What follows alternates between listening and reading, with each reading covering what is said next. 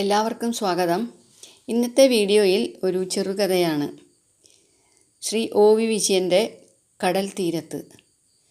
മലയാള സാഹിത്യത്തിലെ ആധുനികതയ്ക്ക് അടിത്തറ പാകിയ എഴുത്തുകാരനും കാർട്ടൂണിസ്റ്റും കോളം എഴുത്തുകാരനായും പത്രപ്രവർത്തകനായും ഏറെക്കാലം തൻ്റെ കർമ്മമണ്ഡലത്തിൽ ശോഭിച്ച വ്യക്തിയാണ് ശ്രീ ഒ.വി. വിജയൻ. മലയാള നോവലിൻ്റെ ഒരു വഴിത്തിരിവായി പരിഗണിക്കപ്പെട്ട കൃതിയാണ് ഖസാക്കിൻ്റെ ഇതിഹാസം. അടിയന്തരാവസ്ഥയെ പ്രവാചകതുല്യമായ ഉൾക്കാഴ്ചയോടെ ദീർഘദർശനം ചെയ്ത ധർമ്മപുരാണം എന്ന നോവൽ ഒ.വി. വിജയനെ മലയാളത്തിലെ എഴുത്തുകാരിൽ പ്രധാനിയാക്കി.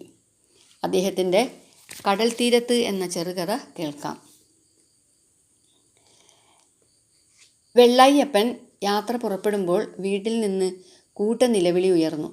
അപ്പുറത്ത് അമ്മിണിയുടെ വീട്ടിലും അതിനുമപ്പുറത്ത് മുത്തുരാവുത്തൻ്റെ വീട്ടിലും ആളുകൾ ശ്രദ്ധാലുക്കളായി, വിഷാദവാന്മാരായി.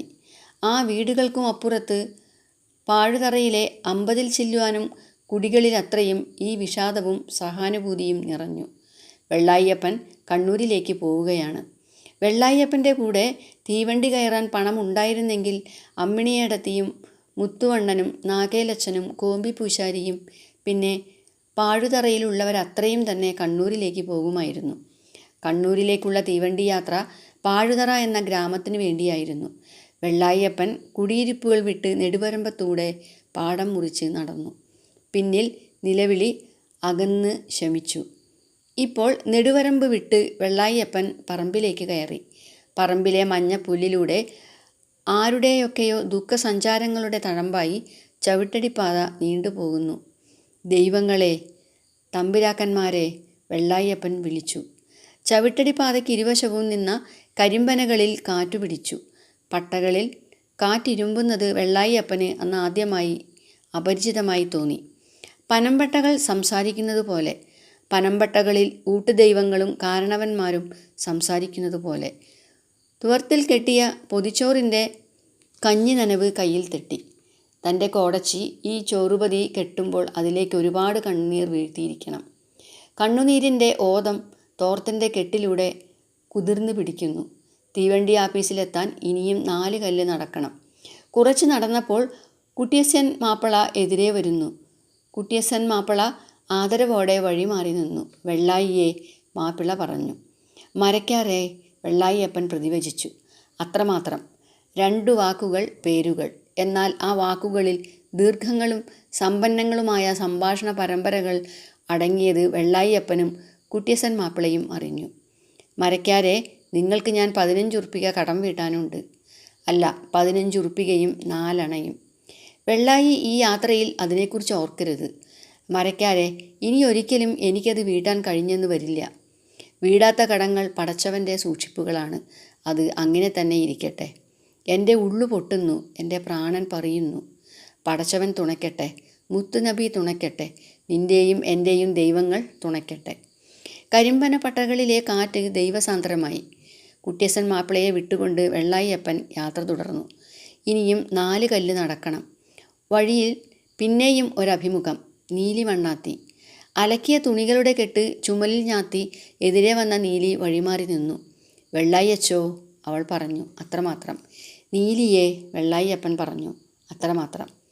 2 വാക്കുകൾ മാത്രം. 2 വാക്കുകൾക്കിടയ്ക്ക് സാന്ത്വനത്തിൻ്റെ നിറവ്. വെള്ളായിയപ്പൻ നടന്നു. ചവിട്ടടിപാത വെട്ടുവഴിയിൽ ചേർന്നു. വെള്ളായിയപ്പൻ വെട്ടുവഴിയിലൂടെ നടന്നു. പുഴ കടന്നു മേട് കയറിയാൽ പിന്നെ തീവണ്ടി ആഫീസിലേക്കുള്ള വഴിയാണ്. പുഴ മണലിൽ നിന്ന് വെള്ളായിയപ്പൻ പുഴവെള്ളത്തിലേക്കിറങ്ങി. കാൽവണ്ണയെ തഴുകിക്കൊണ്ട് പരൽ മീനുകളെ പേറിക്കൊണ്ട് പുഴ ഒഴുകി. പുഴയുടെ നടുക്കെത്തിയപ്പോൾ കുളിയുടെ അനുഭവം വെള്ളായിയപ്പനെ തളർത്തി. അപ്പൻ്റെ ശവത്തെ കുളിപ്പിച്ചത്, മകനെ അവൻ്റെ കുട്ടിക്കാലത്ത് കുളത്തിൽ കുളിപ്പിച്ചത്, ഇളം ചൂടുള്ള വെള്ളം, അതൊക്കെയും ഓർമ്മിപ്പിച്ചു. പുഴ കടന്ന് അപ്പുറത്തെ മേട് കയറുവോളം വെള്ളായിയപ്പൻ കരഞ്ഞു. തീവണ്ടി ആഫീസിലെത്തിയ വെള്ളായിയപ്പൻ ചീട്ടു വാങ്ങുന്നിടത്ത് വരിയിൽ നിന്നു.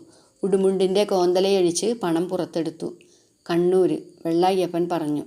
ഗുമസ്തൻ ചീട്ടെടുത്ത് അച്ചുകുത്തി ജനാലയിലൂടെ പുറത്തേക്കിട്ടപ്പോൾ യാത്രയിൽ ഒരു ഘട്ടം താണ്ടിയതുപോലെ വെള്ളായിയപ്പന് തോന്നി.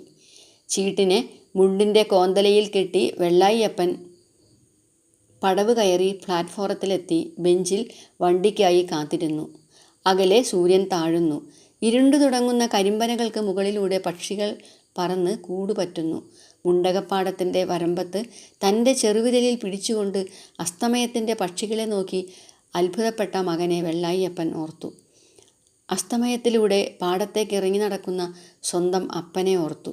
2 ചിത്രങ്ങൾ, അവയ്ക്കിടയിൽ 2 പേരുകൾക്കിടയിൽ എന്ന പോലെ, 2 വാക്കുകൾക്കിടയിൽ എന്ന പോലെ. എന്തിൻ്റെയൊക്കെയോ നിറവ്. ബെഞ്ചിൽ ബാക്കിയുണ്ടായിരുന്ന സ്ഥലത്ത് വന്ന് ഇരുപ്പുറപ്പിച്ച ഒരു കാരണവർ ചോദിച്ചു, കോയമ്പത്തൂർക്കോ? കണ്ണൂർക്ക്, വെള്ളായിയപ്പൻ പറഞ്ഞു. നാന് കോയമ്പത്തൂർക്കാണ്. ഓ. കണ്ണൂർ വണ്ടി 10 മണിയാകും. ഓ. കണ്ണൂർ എന്താ പണി? വിശേഷിച്ച് ഒന്നുമില്ല, വെറുതെ പോകുകയാണ്. അപരിചിതൻ്റെ സംഭാഷണം ഒരു കൊലക്കയറിനെ പോലെ വെള്ളായിയപ്പൻ്റെ കഴുത്തിൽ ചുറ്റിമുറുകി. പാഴുതറയുടെ നെടുവരമ്പ് കടന്നാൽ ലോകം മുഴുവൻ അപരിചിതരാണ്. അപരിചിതരുടെ താൽപ്പര്യരഹിതമായ സംഭാഷണം എണ്ണമറ്റ കൊലക്കയറുകളായി. കോയമ്പത്തൂരിലേക്കുള്ള വണ്ടി നേരത്തെ വരികയാൽ ബെഞ്ചിൽ സമീപത്തിരുന്ന കാരണവർ എഴുന്നേറ്റുപോയി. വെള്ളായിയപ്പൻ തനിച്ചായി. ചോറുപതി അഴിക്കാൻ തോന്നിയില്ല. തുവർത്തിലൂടെ പുറത്തേക്ക് കുതിർന്ന അതിൻ്റെ നനവിൽ കൈവച്ചുകൊണ്ട് വെള്ളായിയപ്പൻ ഇരുന്നു. അങ്ങനെ ഇരുന്നുറങ്ങി. ഉറക്കത്തിൽ കിനാവ് കണ്ടു. കിനാവിൽ വെള്ളായിയപ്പൻ പറഞ്ഞു, കണ്ടുണ്ണിയേ, മകനെ. തീവണ്ടിയുടെ ചീറ്റലും നടുക്കവും വെള്ളായിയപ്പനെ ഉണർത്തി. വെള്ളായിയപ്പൻ തട്ടിപ്പിടഞ്ഞ് എഴുന്നേറ്റു. മുണ്ടിൻ്റെ കോന്തലയിലെ ചീട്ട് അവിടെ തന്നെയുണ്ടോ എന്ന് നോക്കി നിജം വരുത്തി. പതുക്കെ വണ്ടിയിലേക്ക് നടന്നു. ഒഴിവ് കണ്ടിടത്ത് കയറാൻ തുടങ്ങി. ഇത് 1-ാം ക്ലാസ്സാണ് കാർന്നോരെ. തന്നെ. അപ്പുറത്തെ പെട്ടിയിൽ. റിസർവ്ഡ് ആണ്. തന്നെ. അപ്പുറത്ത് നോക്കിക്കോളൂ കാർന്നോരെ. അപരിചിതരുടെ സ്വരങ്ങൾ. ഒടുവിൽ ഒരു പെട്ടിയിൽ കയറിക്കൂടി. ഇരിക്കാനിടമില്ല, പിടിച്ചു നിൽക്കാം. ഞാൻ നിന്നുകൊള്ളാം. എനിക്കുറങ്ങേണ്ട. ഈ രാത്രിയിൽ എൻ്റെ മകൻ ഉറക്കമിളയ്ക്കുന്നു. തീവണ്ടിയുടെ താളം. നിലം മാറുന്നതിനനുസരിച്ച് അതിൻ്റെ താളഭേദം. വഴിവിളക്കുകൾ, പുഴമണൽത്തിട്ടുകൾ, മരങ്ങൾ. വളരെ മുമ്പൊരിക്കലാണ് തീവണ്ടിയിൽ സഞ്ചരിച്ചിട്ടുള്ളത്. പകലിൻ്റെ വെളിച്ചത്തിൽ ഇത് രാത്രി വണ്ടിയാണ്. മങ്ങിയ ചിത്രങ്ങൾ പതിച്ച ചുവരുകളുള്ള ഒരു തുരങ്കത്തിലൂടെ അത് പായുന്നു. കണ്ണൂരെത്തിയപ്പോൾ നേരം പുലർന്നിട്ടില്ല. അപ്പോഴും കെട്ടഴിക്കാതെ പൊതിച്ചോറ് കയ്യിലിരുന്നു. ഗേറ്റിൽ ചീട്ട് തിരിച്ചു കൊടുത്തുകൊണ്ട് വെള്ളായിയപ്പൻ പുറത്തു കടന്നു. ആകാശത്തിൻ്റെ ഇരുട്ടിൽ അകലെ എവിടെയോ വിടരുന്ന പുലരിയുടെ സൂചന. തീവണ്ടി ആപ്പീസിൻ്റെ മുറ്റത്ത് കൂട്ടം തട്ടി നിന്ന കുതിരവണ്ടിക്കാർ വണ്ടി വേണോ എന്ന് വെള്ളായിയപ്പനോട് ചോദിച്ചില്ല. വെള്ളായിയപ്പൻ ചോദിച്ചു, ജയിലിലേക്ക് ഏതെയാണ് വഴി? ആരോ ചിരിച്ചു. ഇതാ ഒരു കിഴവൻ നേരം പുലരുന്നതിന് മുമ്പ് ജയിലിലേക്കുള്ള വഴി തേടുന്നു. വീണ്ടും ആരോ ചിരിച്ചു. കാരണവരെ കട്ടാൽ മതി, ജയിലിൽ എത്തിച്ചേരാം. അപരിചിതരുടെ സ്വരങ്ങൾ. കഴുത്തിനു ചുറ്റും പിരിഞ്ഞു മുറുകി. വെള്ളായിയപ്പന് ശ്വാസം മുട്ടി. അവസാനം ആരോ വഴി പറഞ്ഞു കൊടുത്തു. വെള്ളായിയപ്പൻ നടന്നു. കാക്കക്കരച്ചിലോടെ മുകളിൽ പതുക്കെ ആകാശങ്ങൾ തെളിഞ്ഞു. ജയിലിൻ്റെ പടിക്കൽ പാറാവുകാരൻ വെള്ളായിയപ്പനെ തടഞ്ഞു. എങ്ങട്ടായി രാവിലെ? വെള്ളായിയപ്പൻ വെങ്ങി. ഒരു കുട്ടിയുടെ നിസ്സഹായതയോടെ പാറാവുകാരൻ്റെ മുമ്പിൽ നിന്നു. എന്നിട്ട് പതുക്കെ മുണ്ടിൻ്റെ കോന്തലയഴിച്ച് മഞ്ഞ നിറത്തിലുള്ള ഒരു കടലാസ് പുറത്തെടുത്തു. കടലാസ് ചുരുണ്ട് അലങ്കോലമായിരുന്നു. എന്താ അത്? പാറാവുകാരൻ ചോദിച്ചു. വെള്ളായിയപ്പൻ കടലാസ് പാറാവുകാരനെ ഏൽപ്പിച്ചു. പാറാവുകാരൻ കടലാസിലേക്ക് നോക്കിയില്ല. വെള്ളായിയപ്പൻ പറഞ്ഞു, എൻ്റെ കുട്ടി ഇവിടെ ഉണ്ട്. ഈ പുലർച്ചെ ആരാ വരാൻ പറഞ്ഞത്? പാറാവുകാരൻ പരുക്കനായി പറഞ്ഞു. ആപ്പീസ് തുറക്കട്ടെ. ഏതോ ശീലത്തിൻ്റെ സ്വാധീനത്തിൽ പാറാവുകാരൻ കടലാസ് നിവർത്തി നോക്കി. പാറാവുകാരൻ്റെ മുഖം പൊടുന്നനെ കനിവുറ്റതായി. നാളെയാണ് അല്ലേ? പാറാവുകാരൻ പറഞ്ഞു. എക്ക് പിടിയില്ല, വെള്ളായിയപ്പൻ പറഞ്ഞു. കടലാസിൽ എന്താണ് എഴുതിയെടുക്കണത് ആവോ? പാറാവുകാരൻ കടലാസിലെ വിവരങ്ങൾ ഒരിക്കൽ കൂടി ശ്രദ്ധിച്ചു വായിച്ചു. അതെ, നാളെ രാവിലെ 5 മണിക്ക്, അയാൾ പറഞ്ഞു. വെള്ളായിയപ്പൻ്റെ കണ്ണുകൾ വിടർന്നു. അവയിൽ അന്താളിപ്പ് നിറഞ്ഞു. തന്നെ, വെള്ളായിയപ്പൻ പറഞ്ഞു. കാർന്നോര് ഇവിടെ ഇരിക്കൂ. ഓ. ജയിലിൻ്റെ ഉമ്മറത്തെ ചാരുപടിയിൽ വെള്ളായിയപ്പൻ ഇരുന്നു. അമ്പലത്തിലെ നട തുറക്കാൻ കാത്തിരിക്കുന്നത് പോലെ. കാർന്നോർക്ക് ചായോ മറ്റോ വേണോ? വേണ്ട. എൻ്റെ മകൻ ഈ രാത്രിയിൽ ഉറങ്ങിയിട്ടുണ്ടാവില്ല. ഉറങ്ങാതെ ഉണർന്നിട്ടുണ്ടാവില്ല. ഉറങ്ങാതെ ഉണരാതെ അവന് ചായ കുടിക്കാൻ മനസ്സ് വരുന്നതെങ്ങനെ? വെള്ളായിയപ്പൻ്റെ കൈപ്പടം പൊതിച്ചോറിൽ അമർന്നു. മകനെ, ഈ പൊതിച്ചോറ് നിൻ്റെ അമ്മ എനിക്ക് വേണ്ടി പൊതിഞ്ഞതാണ്. യാത്രയിൽ ഞാനത് കഴിക്കാതെ ഇവിടം വരെ എത്തിച്ചു. ഇനി നിനക്ക് തരാൻ എൻ്റെ കയ്യിൽ ഇത് മാത്രമേയുള്ളൂ. തുവർത്തിനകത്ത് കെട്ടഴിക്കാതെ കിടന്ന പാഥേയം പൊളിച്ചു. നേരം പതുക്കെ പതുക്കെ വെളുത്തു. നേരം പതുക്കെ പതുക്കെ കനച്ചു. ആപ്പീസ് തുറന്നു. ആളുകൾ മേശകൾക്ക് പുറകിൽ സ്ഥലം പിടിച്ചു. പാറാവുകാർ കവാത്ത് നടത്തി. തടവറ സജീവമായി. മേധാവികൾ കടലാസ് പരിശോധിക്കുന്നു. മേധാവികൾ ഉത്തരവിടുന്നു. ഉത്തരവുകളുടെ അപരിചിത സ്വരങ്ങൾ, വിദ്വേഷവും നിന്ദയും പകയുമില്ലാത്ത കുരുക്കുകൾ. അവ ചുറ്റിപ്പിടിച്ചു ശ്വാസം മുട്ടിക്കുന്നു. വെയിലിന് ചൂട് കൂടുന്നു. ഇവിടെ കാത്തിരിക്കൂ, വെള്ളായിയപ്പൻ കാത്തിരിക്കുന്നു. നീണ്ടു നീണ്ട കാത്തിരിപ്പിന് ശേഷം ഒരു പാറാവുകാരൻ വെള്ളായിയപ്പനെ തടവറയുടെ ഉള്ളുകളിലേക്ക് കൂട്ടിക്കൊണ്ടുപോകുന്നു. വെയിലിൻ്റെ ചൂടറിയാത്ത തണുത്ത ഇടനാഴികൾ. ഇതാ ഇവിടെയാണ്. ഇരുമ്പഴികൾക്ക് പിന്നിൽ കണ്ടുണ്ണി നിന്നു. അപരിചിതനെ പോലെ കണ്ടുണ്ണി വെള്ളായിയപ്പനെ നോക്കി. സാന്ത്വനം കൊടുക്കുകയോ വാങ്ങുകയോ ചെയ്യാനാവാത്ത മനസ്സിൻ്റെ മറ. പാറാവുകാരൻ അഴിവാതിൽ തുറന്ന് വെള്ളായിയപ്പനെ അകത്ത് പ്രവേശിപ്പിച്ചു. അച്ഛനും മകനും നേരോട് നേരായി തെല്ലിട നേരം നിന്നു. പിന്നെ വെള്ളായിയപ്പൻ മകനെ കെട്ടിപ്പിടിച്ചു. കണ്ടുണ്ണി ശ്രവണത്തിനും അപ്പുറത്തുള്ള ഒരു സ്ഥായിയിൽ നിലവിളിച്ചു. വെള്ളായിയപ്പൻ കരഞ്ഞു വിളിച്ചു, മകനെ. കണ്ടുണ്ണി മറുപടി വിളിച്ചു, അപ്പാ. 2 വാക്കുകൾ മാത്രം. 2 വാക്കുകൾക്കിടയ്ക്ക് ദുഃഖത്തിൽ, മൗനത്തിൽ അച്ഛനും മകനും അറിവുകൾ കൈമാറി. മകനെ, നീ എന്ത് ചെയ്തു? എനിക്ക് ഓർമ്മയില്ല അപ്പാ. മകനെ, നീ കൊലപാതകം നടത്തിയോ? എനിക്ക് ഓർമ്മയില്ല. സാരമില്ല മകനെ, ഇനിയൊന്നും ഓർമ്മിക്കേണ്ടതില്ല. പാറാവുകാർ ഓർമ്മിക്കുമോ? ഇല്ല മകനെ. അപ്പൻ എൻ്റെ വേദന ഓർമ്മിക്കുമോ? ഉച്ചസ്ഥായിയിലുള്ള നിശബ്ദമായ നിലവിളി. അപ്പാ, എന്നെ തൂക്കിക്കൊല്ലാൻ സമ്മതിക്കരുതേ. 2 വാക്കുകൾക്കിടയ്ക്ക് ഈ വിനിമയം അത്രയും. കാർന്നോരെ, പുറത്തു വരൂ, സമയം കഴിഞ്ഞു. വെള്ളായിയപ്പൻ പുറത്തു വരുന്നു. അയാൾക്ക് പിന്നിൽ ഇരുമ്പഴി വാതിൽ അടയുന്നു.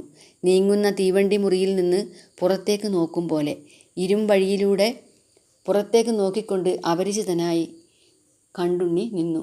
അവസാനത്തെ തിരിഞ്ഞു നോട്ടത്തിൻ്റെ ശ്രദ്ധാഞ്ജലിയോടെ വെള്ളായിയപ്പൻ നടന്നകന്നു. ജയിലിൻ്റെ പരിസരങ്ങളിൽ വെള്ളായിയപ്പൻ അങ്ങുമിങ്ങുമായി കാത്തുകിടന്നു. സൂര്യൻ ഉച്ചിയിലെത്തി. നേരം താണു. ഈ രാത്രിയിൽ കണ്ടുണ്ണി ഉറങ്ങുമോ? രാത്രി പിന്നിടുന്നു. മതിലുകൾക്കകത്ത് കണ്ടുണ്ണി ജീവിക്കുന്നു. പുലർച്ചയ്ക്ക് മുമ്പ് കൊമ്പുവിളികൾ മുഴങ്ങുന്നത് വെള്ളായിയപ്പൻ കേട്ടു. അത് വധശിക്ഷയുടെ ചടങ്ങാണെന്ന് വെള്ളായിയപ്പൻ അറിഞ്ഞില്ല. രാവിലെ 5 മണിക്കാണെന്ന് അവർ പറഞ്ഞിരുന്നു. കയ്യിൽ ഘടികാരമില്ലെങ്കിലും ഒരു കർഷകൻ്റെ ജന്മസിദ്ധിയിലൂടെ വെള്ളായിയപ്പൻ സമയം അറിഞ്ഞു. ഒരു പേറ്റിച്ചിയെ പോലെ തൻ്റെ മകൻ്റെ ദേഹത്തെ വെള്ളായിയപ്പൻ പാറാവുകാരിൽ നിന്ന് ഏറ്റുവാങ്ങി. കാരണവർക്ക് താല്പര്യമുള്ള പോലെ ശവം സംസ്കരിക്കാം. വേണ്ട, എനിക്ക് താല്പര്യമില്ല. ശവത്തിൻ്റെ ചുമതല നിങ്ങൾ ഏൽക്കുന്നില്ലേ? യജമാനന്മാരെ, എൻ്റെ കയ്യിൽ പണമില്ല. ഉന്തുവണ്ടിയുടെ പുറകെ തോട്ടികളുടെ കൂടെ വെള്ളായിയപ്പൻ നടന്നു. പട്ടണത്തിന് പുറത്തുള്ള വെളിനിലങ്ങൾക്ക് മുകളിൽ കഴുകന്മാർ ചുറ്റിപ്പറന്നു. മണ്ണ് മൂടുന്നതിന് മുമ്പ് കണ്ടുണ്ണിയുടെ മുഖം വെള്ളായിയപ്പൻ ഒരു നോക്ക് കണ്ടു. ആ നെറ്റിയിൽ കൈപ്പടം വെച്ച് അനുഗ്രഹിച്ചു. വെള്ളായിയപ്പൻ വെയിലത്ത് അലഞ്ഞു നടന്നു കടൽപ്പുറത്തെത്തി. ആദ്യമായി കടൽ കാണുകയാണ്. കൈപ്പടങ്ങളിൽ എന്തോ നനഞ്ഞു കുതിരുന്നു. കോടച്ചി കെട്ടിത്തന്ന പൊതിച്ചോറാണ്. വെള്ളായിയപ്പൻ പൊതിയഴിച്ചു. വെള്ളായിയപ്പൻ അന്നം നിലത്തേക്കെറിഞ്ഞു. വെയിലിൻ്റെ മുകൾ തട്ടുകളിൽ എവിടെയോ നിന്ന് ബലിക്കാക്കകൾ അന്നം കൊത്താൻ ഇറങ്ങി വന്നു. ഇതോടെ ഇന്നത്തെ വീഡിയോ പൂർണ്ണമാകുന്നു. നന്ദി, നമസ്കാരം.